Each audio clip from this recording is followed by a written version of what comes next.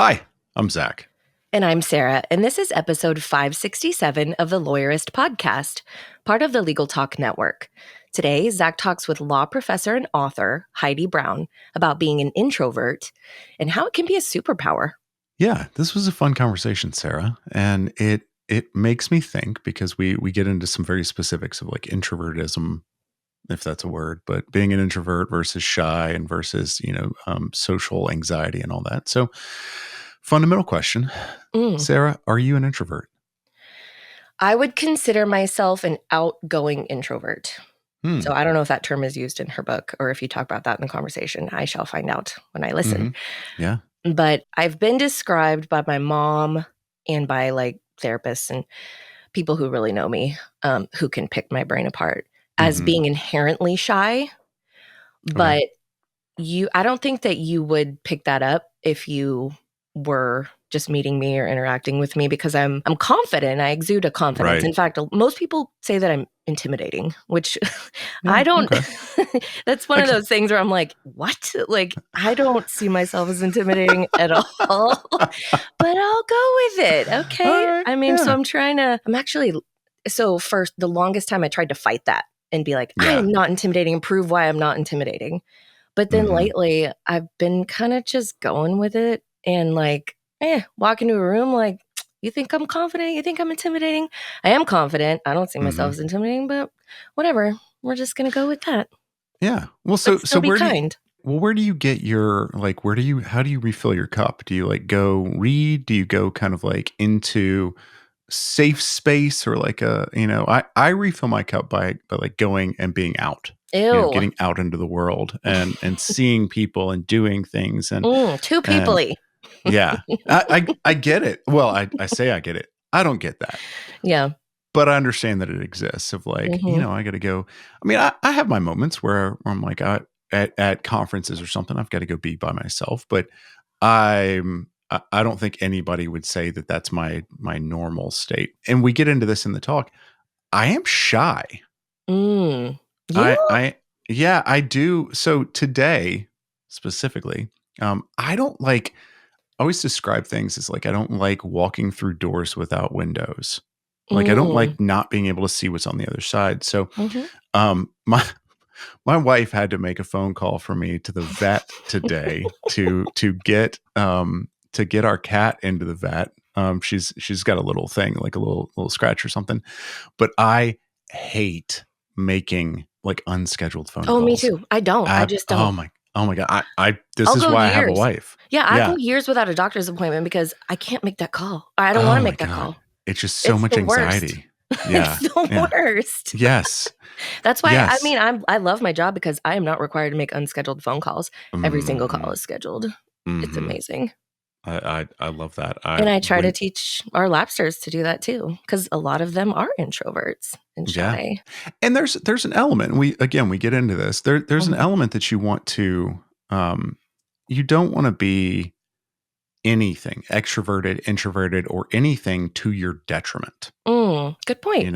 You want to, so if there's something that's keeping you from being productive or keeping you from kind of existing in society or something like that, you may want to work on that. I don't know. And I'm not a therapist, so I don't know, but I definitely need to work on that. I need to work on that too. That's something that I definitely need to work on. But me and you, Q3 goals. Yes. Make phone calls. I'll hold you accountable if you hold me accountable. I was helping my dad run his campaign for state representative years and years and years ago. And that was the absolute worst. I'm a practicing attorney at the time and, practicing with my father and going door to door or like manning the phone banks was hell to me. That is my special hell. Cause I'm shy. You wouldn't think it because I'm on a podcast and I talk crap all the time. You're friendly, but there's also not someone on the other side. There might be a co-host or an interviewee, but they're and I've done this so many times, right? And I get to push the record button. You do. It's not live. Yeah, and it's not live. So I'm curious about people out there in Lawyerist Podcast land because I don't think that people like you say, you're an outgoing introvert. I don't think people would see themselves as one or the other a lot of times. I think, much like everything else in life, this is shades and kind of Right. spectrum of things. I'd be curious how people classify themselves, how people Yeah, I see would themselves with too. these things, you know? I would too. I once interviewed a psychologist.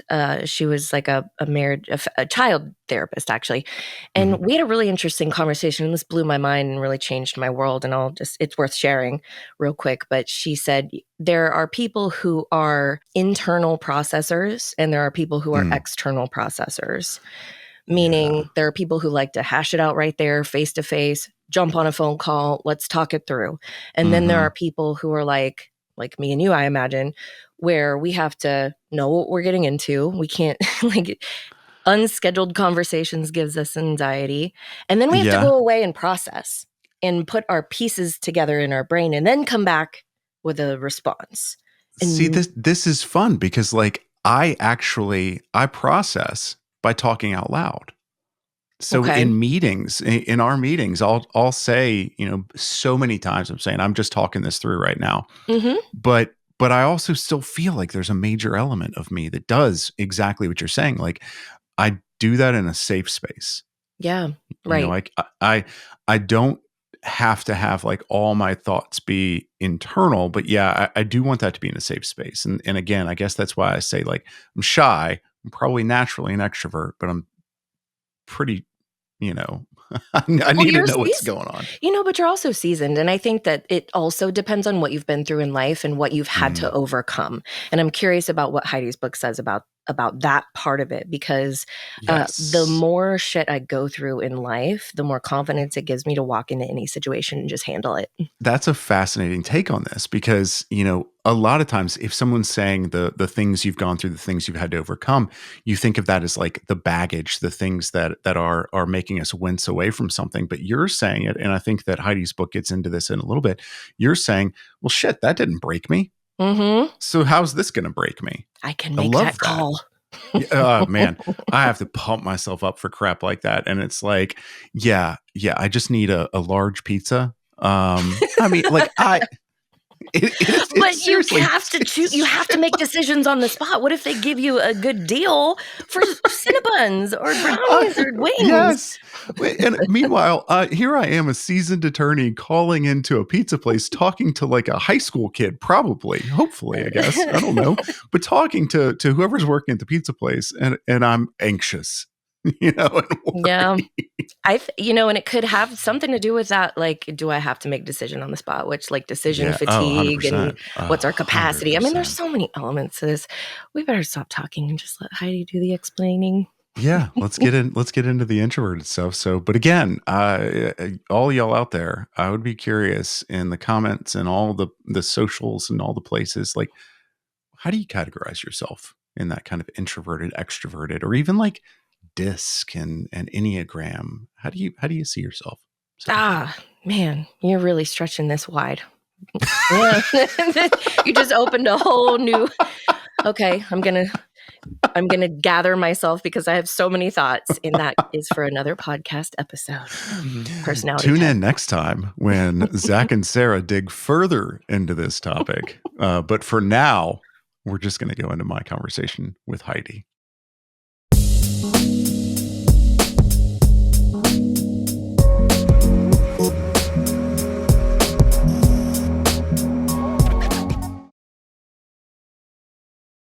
Hi, I'm Heidi. I'm a law professor, a public speaker, and the author of 3 well-being books for law students and lawyers. One is called The Introverted Lawyer, which is kind of ironic that I'm also a public speaker.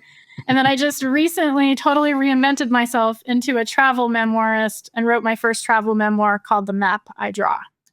I'm happy to be here. Well, Heidi, thank you. Thank you for being here. We're happy to have you. And I'm glad you pointed out that kind of the tension there of being an introvert, and you're kind of a prolific writer at this point. You've written a couple of things: the Introverted Lawyer, Untangling Fear in Lawyering, the Flourishing Lawyer, and now the Map I Draw. And one of the things that I actually take out of every one of those is that you're, even as an introvert, you're not really shy. You're kind of putting yourself out there, and that is, I think, as somebody, and I'm not an introvert that I know of, but if somebody is and is listening to this and they're thinking, man, I'm introverted, that would be a nice thing to be able to see, kind of on the other side of the fence of like, okay.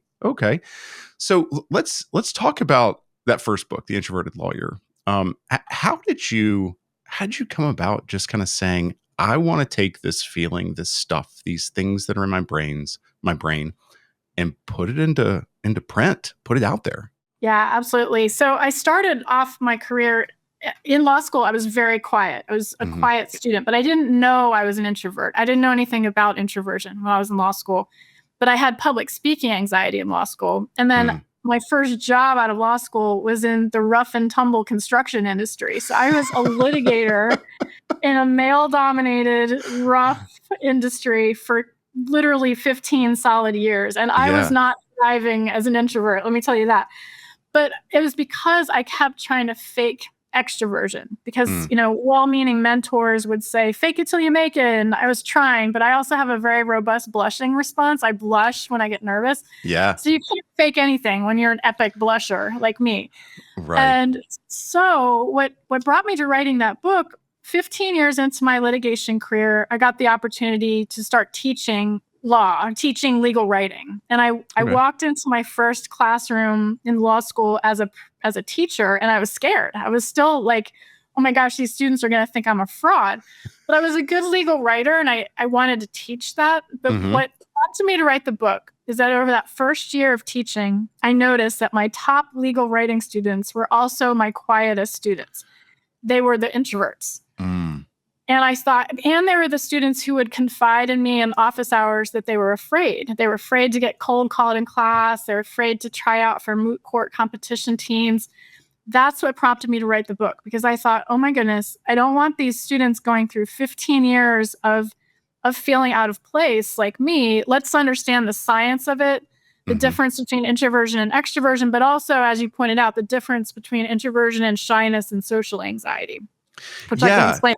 Let's actually dive into that, because when I was reading the Introverted Lawyer, that was it was a key distinction for me. So if you don't mind digging into that a little bit. Sure. Yeah. So we all kind of understand the difference between introverts and extroverts. Introverts process ideas and opinions and thoughts and words internally before we say them out loud. So it can seem like we're slower to join conversations, but actually we go a little bit deeper. Not that extroverts don't go deeply, but they do it externally. We do it. I do it internally. Right. Introversion, and also the two personality types replenish energy differently. Like, I think you said you're not an introvert. You might like going to parties and networking events, and I can do that at a highly functioning level. And then I hit a wall and I need to be alone or I will lose my mind. So that's just the difference between introverts and extroverts. And I think about the fact that, in meetings all the time, I actually tell people, like, I'm just thinking out loud here. And that kind of as an example of like, I think with my words that are at that time. And I'm okay with that. That's just how I operate, but that's not how an introvert would operate. No, we do it totally internally. There's actually science that shows that, I don't know how they figured this out, but introverts use a longer neurological pathway when they're thinking about things than extroverts do. So extroverts are quicker to join, get those words out of their heads, whereas introverts are processing, like I said, words, ideas, opinions, solutions to problems, really on a I can never say that word right. Really methodically, internally. But at some point, we have to train ourselves to, bring it outside so someone can hear our good, deep thoughts. Right. Well, so let's kind of dig between the introversion, the shyness, and the social anxiety, because I think that kind of comes up as like, not talking in a meeting, not being present, or not, putting things out there. Right. And our American society tends to lump all those categories together. Introversion, shy, socially anxious, aloof, quiet, wallflower, loner. But really, introversion is just what I just described, is just processing things internally and needing to be alone to replenish energy. Shyness and social anxiety are a fear of judgment or a fear of criticism. So you can be a completely confident introvert and not worry at all what people think of you in that meeting when you're the last person to speak. But if you're a shy person, or I grappled with extreme social anxiety and extreme public speaking anxiety for a long time. And so until I started researching and writing about this, that's when you're sitting in the meeting and you're like, oh my gosh, I'm the last person to speak. Everyone's going to look at me. I start blushing. I think I keep editing myself into further silence. That's different. That's a fear of, like I said, of judgment or criticism by your audience. And that can be reinforced or entrenched from childhood. Like I grew up in a really religious household, and my brother and I weren't really given a lot of opportunities to express opinions that differed from my family. And so that sort of set us up a little bit for being worried about when we do express opinions, what people are going to think.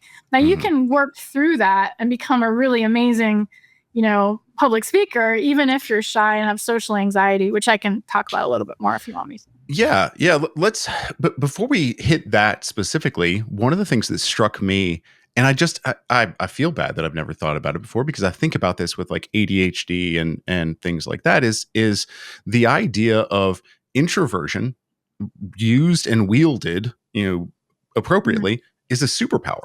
It completely is. And it's when introverts can realize that it's a superpower and give themselves permission to sort of reject those well-meaning messages like fake it till you make it. Say, no, I'm not going to fake extroversion. I'm actually going to embrace introversion. And then, so when I wrote my introversion book, I read 26 books by other experts to understand the strengths that introverts bring to every interpersonal dynamic. And they're things like active listening, like an introvert in a meeting can sort of cut through all the noise and chaos and focus on like what each person has said and then synthesize it together. Super helpful in the legal profession, right? Active listening. Like I said, thoughtful problem solving, because you're really vetting solutions to problems for a long time before you make a suggestion.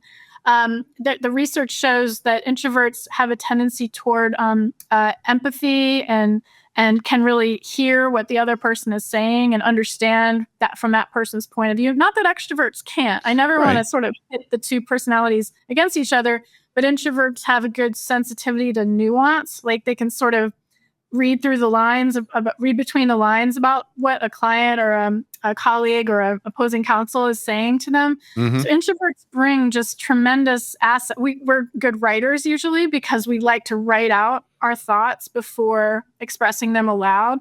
There's so many strengths that, to me, it really is a superpower. And when introverts decide to actually step into the speaking arena or grab the microphone or hang on to the podium, watch out, because that's when the magic happens. Like if they have something to say and say it, it's going to be really impactful, because introverts don't just want to speak for the sake of speaking. Yeah. So let's talk about that, because I think that, I'm sure there are many, many, many introverts listening to this, because that's part of the population. It's a significant part of the population, as you said in your book. So how can, if I were an introvert, how can I kind of show up authentically as an introvert? This is what I had to really figure out for myself. How can I stand up for myself as an introvert, but not feel pressure to just jump into the fray when I'm not ready? Right. So I had to do kind of, what I recommend is first sort of a reflection step, physically and mentally and emotionally. So for me, I had physically, this kind of goes a little bit toward the shyness part, but anytime I was, as an introvert and a shy person, put on the spot in a meeting, I would immediately think about everything that was going to go wrong, or that I wasn't prepared to speak spontaneously, or I'm not, quote, good at that. Yeah. And so I had to reflect on what my mental soundtrack was, and also how that showed up physically for me. I mentioned the blushing, et cetera. Some people get hot and sweaty, but our bodies go into fight, flight, or freeze response. And so the first kind of steps are reflecting on what are you telling yourself mentally about your introversion? What's happening to you physically when you're telling yourself that negative stuff? And then how can we reframe that? And so for me, it was like rewriting my mental soundtrack. As an introvert, I'm totally prepared for this. I'm probably more prepared than than a lot of the people I worked with who were so great on their feet, but really didn't read the notes, Yeah. Yeah. So reframing mentally, I'm prepared for this. I know what I'm talking about. I care about this. I have the right to have a voice, and it doesn't matter. It doesn't if it goes perfectly, because my voice still matters. There's that great quote. I forget who said it, but use your voice even if it shakes. Like you have something important to say, even if your voice shakes a little bit. And then physically, I had to immerse in studying what's called somatic intelligence. And that's understanding how our physical bodies interact with that mental soundtrack. I put myself in boxing lessons for that reason, because I would, in those lawyering moments or legal arenas, I would either hold my breath or hyperventilate. And that wasn't conducive to my either way is skills. not good. Yeah. Either way is not going to help. Yeah. So, boxing isn't for everyone, obviously, but there's a lot of things we can do to get to know our physical selves. And then when all those sort of fight, flight, or freeze responses that are natural and set up to protect us, but don't always help, we can recalibrate our physical frame. So like I have to realize when my introversion is kicking in, I want to just escape the room. I have to be like, nope, I'm going to stand or sit like an athlete with my shoulders back and my both feet on the floor, opening up my spine so I can breathe, calm my breathing. I watched this awesome French Netflix series during the pandemic called The Furies. It's actually about like French female assassins, but they had this phrase called respirer et choisir, which means breathe and choose. And so that's what I do now. I'm like, okay, I know I got to interrupt these people or I'm never going to get a chance to say my thoughts in this meeting. I'm going to breathe and then choose my moment and go for it. So those are just some suggestions on how introverts can really step into an arena, but you have to do sort of the mental and physical reflection piece first to get to know yourself a little bit more, and then set up kind of new systems like athletes or performers do. The interesting thing to me with this is that, it spoke to me even as an extrovert because, and I think people will argue with me on this, I'm shy. Okay. And so I fight it. I get past it. And really like looking at this, like that's kind of what I do. That's kind of the process of like, okay, well, why do I feel this way? Why am I thinking this? What is it? Put, like you said, kind of put words to it. Let it know it's there. And then I think more specifically with what you're saying also was let it be. Let it be there and recognize it. Yes, and then, absolutely. So I have a thought on the reframing on because exactly what you just said, when we're feeling shy or we're feeling anxious, that's that fear of judgment or criticism.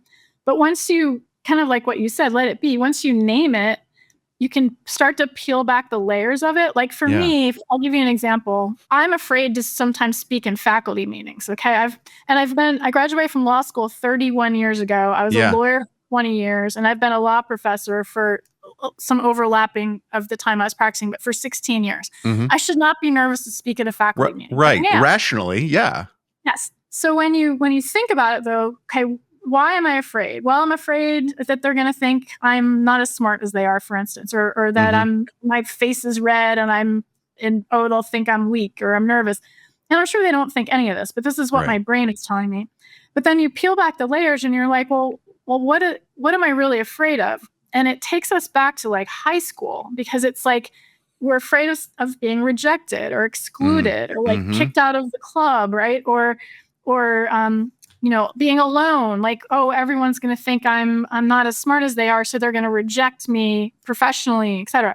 It's like this baked in fear we've had all our lives of being excluded. And so reframing, that once we peel back all the layers and figure out that that's what it is, we can work with that. Because look at what we've accomplished in our professional lives. Everybody who's listening to this too. Right. We deserve to be in the room. We deserve to have a seat at the table. So what we're telling ourselves is just kind of knee-jerk, normal stuff that we felt, could be 5 years ago, 10 years ago. For me, it was literally like 35 years ago. Yeah. Then we can decide, I don't need to, that's outdated nonsense. It's 2025. Let's rewrite the script. When you were saying that, I like to imagine what scenario could possibly come up in my head that gave me that feeling? What scenario 25 years ago would possibly make me go, no, I'm going to keep my mouth shut? Nothing. There's no way. There's just no way that kind of past action or inaction or trauma or whatever is really should have the effect that we have. And that's the rational side. So yes, I know that, but I think the sitting in that, reflecting on it, and I really liked your physical reflection as well of like, what is it making me do? And one of the things that you brought up that I thought was very cool was the, okay, I'm going to, like, if you're in a meeting or you're talking and you catch one of those moments and it gets ahead of you and you just say, I'm going to take a second. You're going to see my face getting red, and that's okay. You just look like you just grabbed a hold of the whole thing, and now it's yours. Now you control it, and it, to me, that would make my anxiety subside substantially. It's so powerful. And when you mentioned the blushing and face turning red, in one of those 26 books I read, there was one by Erica Hilliard, and she wrote a book called Living with Shyness and Social Anxiety. And it's the only book I've ever read that reframed blushing for me in a way that you just described. So she said in her book, and I laughed out loud when I read these words, she says, a blush is life coursing through you. It's like life leaving little footprints in your skin or whatever. Yeah. And so now when I blush, because it happens I can't control it. Yeah. I can't prevent it. But now when it happens, I laugh. I grab onto it and I laugh and I say, oh, I'm alive. Yay, me. Like, better than the alternative. And then I'd move on. It's like that breathe and choose thing. I'm like, okay, I acknowledged it, but I'm going to choose to move past it and let it go. And the blush goes away in like 4 or 5 minutes. Whereas before, because I was so stressed about it, my face would turn fire engine red for like an hour. Yeah. Because then you're blushing about blushing. Yes. And that's, but that's tough to get out of. And I think that's important here too, is that in the book specifically, you spend a good deal of time talking about each one of these 7 steps that you have, because this is not surface level sort of thing. It's not easy to do. If someone were to say, if they were just to take the fake it till you make it and they were just to say, well, reflect on it, that's not going to help either. We have to actually do this, and it's not easy. It's not, and it's something that you get through, it seems, inch by inch. Could you talk a little bit about your kind of journey doing that? Because I imagine even when you went into your first, teaching gig, you were saying you were worried. Okay, but then you decided to help people, and now you're on a podcast and writing multiple books and teaching and no blushing, no. I still blush, but I'm okay with it. Right. But yeah, it's been a journey, as you described. It's been a whole process, and I just decided I was never an athlete in high school or college, but now at the age I am now, I consider myself an athlete, a boxer, because I just show up at the ring, right? So.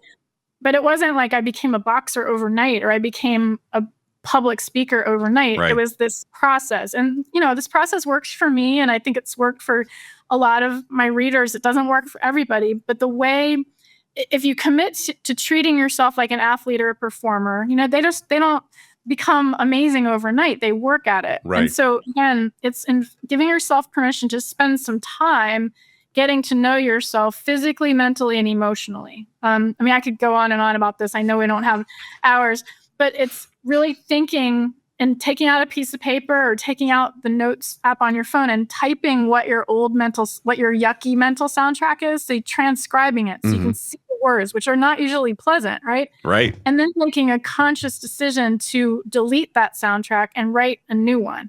And then practicing when you're anticipating a public speaking event or a meeting or something that normally would kind of throw you off kilter, remind yourself, like I told you, my old soundtrack was the one about how I'm going to turn red and everyone's going to think I'm incompetent, blah, blah. Now it's, you've done the work, because everyone on this call does the work, right? So you've done the work, you know what you're talking about, you deserve to be here, and everybody's will sound different. And then for me, it was figuring out physically what would start. Like, was it the blush that started, or was it I hunched my shoulders down like I'm trying to escape? And so then doing a physical inventory and then designing a recalibration. So for me, my heartbeat is always going to be out of control when I'm nervous, but I have to do that breathe and choose thing. Like, okay, my heart's beating fast, I'm sweating, my face is turning red. What helps me do that? I recalibrate, stand like an athlete or sit like an athlete. Or if the athlete model doesn't work for everybody, think about your favorite performer and how they command, a stage. And then I have to shift my shoulders back. It only takes like 12 seconds, but it's huge. And then kind of also setting up a pregame routine and a game day routine. Like if I have a big talk to do or I'm particularly nervous about class I have to teach or something, there's 2 songs I always play. And then I do this power pose thing. Yeah. Like the Amy Cuddy TED Talk about power poses. You can do a superhero pose, like with your hands on your hips, or a board executive, or the starfish pose, which is my favorite. Okay. I layer these things on top of each other. So I know when I'm stepping into the performance zone, I've done everything I can possibly do for it to go well. It might not go perfectly. I might still blush out of control or forget a line or something, but I've set myself up to do the best I possibly can. And then you reflect on it afterwards and realize what worked and what didn't. And then you make some changes for the next time. So that's the process. So I love this pregame and game day action because that had never really occurred to me, even though I've been an athlete my whole life. I've had various different types of games and races and things like that. And I have warm-up routines. I've always had warm-up routines. I have the things that I do. And if that warm-up routine doesn't get done right, things might get a little weird, or I had to get to where I was okay with it being a little different. And I tell my athletes that I coach to do a warm-up routine because it puts you in the right headspace. And I love that kind of action 6 of putting yourself in the right headspace. But then also your 7th thing, which is look it over. Reflect. It's reflect. And savor what went well and reflect on what you can tweak for next time. And I think that's important because, again, like you said, it's doing it over and over. It's little steps, like weightlifting. You're not going to lift, you're not going to lift a car the first day you step into CrossFit. They may ask you to, but. Well, and you're building, by doing it over and over, you're building a track record of successes where you realize, so the next time you get nervous or feel shy or feel anxious, you remember, this is why the savoring is important and the reflection is important, because you remember, oh, wait, I felt like this before. I did my routine. I changed my soundtrack. I recalibrated physically. Maybe I switched up the way that I have my presentation notes so I'm better able to access the content, the intellectual content. It worked then. It's going to work again today. So it's building that track record and being really intentional about that, and really mindful of that, and trusting yourself that, oh, wait, I did this before. I felt the same way. Like I felt this rapid heartbeat. I felt like some people, their mouth goes dry. Or for me, again, it's the heating up of the skin. I felt this way before. This is what I did then. It worked. Twyla Tharp, the famous choreographer, has a great quote. I'm going to butcher it, but she said something like, I did it before. It was good. I'm going to do it again. And so it's like trusting that pregame ritual and that game day attitude. Okay, I did it before. It was good. It was fine. I'm going to do it again. Here we go. Okay, so pivoting just a little bit, because I think out there also are extroverts who own firms, who are the associate attorney with junior attorneys who are introverts, or they're professors who have budding attorneys who are in their classroom. We, in order to unleash that superpower for ourselves, even, of other people, how do they need to show up? How do they need to kind of adjust adjust and interact with? Well, you're talking to an introvert who always worked for extroverts who did not understand introversion. So I got a lot to say about this. Yeah. First of all, introverts, in order to perform at our highest level, most of us introverts need quiet. So for instance, I used to work in law firms where my extroverted bosses would want to see our doors open and lights on, and they would like pop in, and I dreaded the pop in because I'm a legal writer. That was my specialty. And I would be like in a flow state for a brief. Yeah. And then people would just be yelling in the hallway or like barge into the office. I'm sorry, but I'm like, that just deletes all of my flow. Yeah. Yeah. But when I would say that, they'd be like, no, I want to see your doors. This is an open door office. Well, your introverts can't function at a high level in that. It doesn't mean they're weak. It's just the way that our brains function. Like, we need quiet. So what I would suggest, though, I mean, I'm being a little bit sarcastic here, but what I suggest is for offices and teams to talk about their strengths and their personality styles and their preferences. There's all kinds of free, scientifically validated assessments that people can take. I'm a huge fan of the VIA. It's called the Values in Action Inventory on Strengths. Okay. It's viacharacter.org. If I were running a team in a law firm, I would have everybody on my team do the VIA because it's a science. Again, it's like science. It's not just self-help kind of silly stuff. It's really works, and it shows you so much about your top 5 signature strengths. They're different for all of us, right? Sorry, I interrupted you. No. I was interrupting you just to say that, like, we at Lawyerist, we use DISC, and we've also done Enneagrams in order to. We are, I think, proponents of trying to meet people where they are. Absolutely. And it involves that communication. And I think you said or quoted, knowing thyself. Knowing thyself, which Socrates said. I joke with my students I was mad at Socrates for a solid 20 years, but Socrates was for inventing the Socratic method that I let intimidate me in law school. But he was all about knowing thyself. And so, using assessments like DISC or the character one, the introversion, extroversion continuum. There's another one, 16 personalities. There's a book by Erica Ariel Fox called Winning from Within that talks about our 4 inner aspects. And that's like how, like, we all have one dominant aspect that is how we function in teams and getting projects done. There's like warrior, there's the thinker, there's the dreamer, and the lover. The lover is more on the emotional side, and I'm a warrior. I'm like, give me a to-do list and I'll get that thing done. But this is everything we're talking about is in a law firm or law office environment, coming up with a shared vocabulary around strengths. Like if I had the words to explain to my bosses back then about why my introversion was a superpower and not something holding me back, I think I could have better explained to them why when I'm writing, I need to hide. Yeah. If you want the best work out of me. Yeah. Yeah. Exactly. Okay. So I think we've solved the world's introversion, extroversion problems here.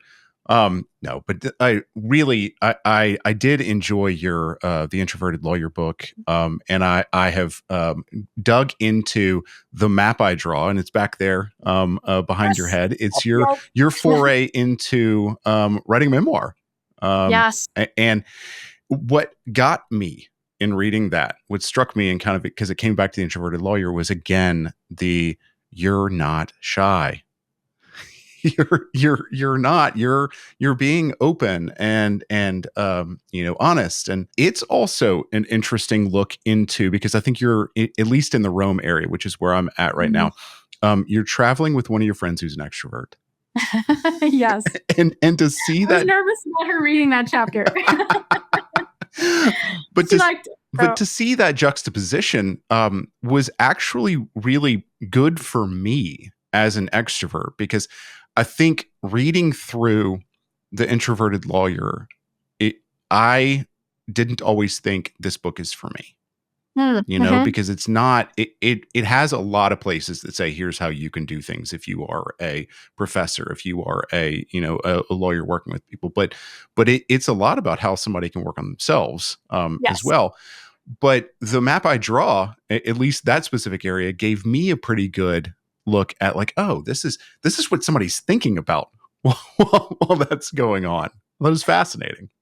Thank you. Well, this book it's been a labor of love, and it, as you mentioned, it begins and ends in Rome. It's 10 chapters, begins and ends in Rome, and there's like 8 other adventures in between. And in each chapter, I do something scary and I don't die, thankfully. But to your point, like it taught me that, yes, I'm an introvert. Yes, I used to be very socially anxious, but travel, I tell my students, travel is one of my 4 well-being pillars. So they're writing, travel, boxing, and U2 music, which is chapter 5, by the way. I thought that'd be coming up. But travel has made me so much more confident in my work life. And which I never realized. Yeah. So that's why I really wanted to write. I've been writing this book for 5 years. So it's just, I'm so happy it's out in the world finally. And it's very vulnerable because it's, my personal life. And right. I couldn't just stick it in a drawer. I couldn't just be like, oh, I'll just write this thing and never share it. Because I learned so much about myself as an introvert, about traveling with other people, traveling alone, doing the scary thing, asking for help, sometimes asking the wrong person for help. So it's just been a really incredible life experience writing about all these things that I've learned through the lens of travel and sort of healing a lot of like past trauma, et cetera. I do talk a little bit about my life as a lawyer in there, but yeah, it's been exciting and nerve-wracking and scary and exhilarating all at the same time. That's fantastic. Well, so, okay. I imagine that you don't feel like you are, quote, not cut out for this anymore, or as some lawyers or budding lawyers would feel like if they're kind of living in that Socratic method. What would you say, just small little thing, to somebody that does feel like they're not cut out for this right now?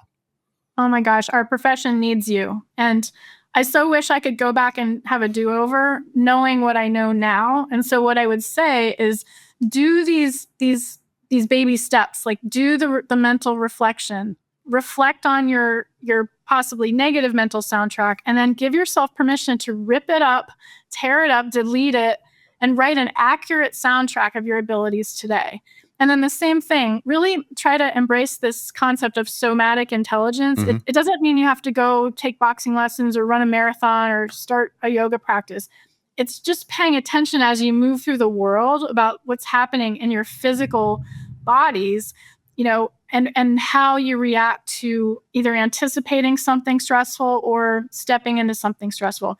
Once you're armed with all that knowledge, that know thyself, Socratic call to action, it's incredible the transformation you can make pretty quickly. Like we said, it's a journey. It's not an overnight quick fix. I'm the anti-quick fix girl. But once you do the hard work of the reflection and understanding yourself, then it's that pregame and game day structure. And that doesn't take long at all.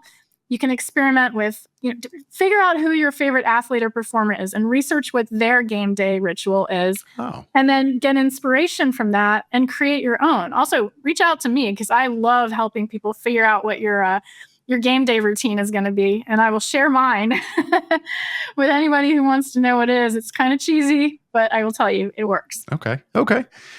Well, Heidi, I really appreciate that. I hope that I know that people listening to this have gotten something out of that. And I know that myself, even as an extrovert, has learned a lot from your books in this talk. So I really appreciate you sharing with us. Thank you. Thank you. I really appreciate the opportunity. I mean, I think if extroverts and introverts, like I said, come up with a shared vocabulary and transparently and openly talk about all these issues, we can help each other level up our lives, the fun in our lives and in our jobs. Right. I love that. Well, Heidi, once again, thank you very much. Thank you. This is really fun. I appreciate the opportunity to talk to you.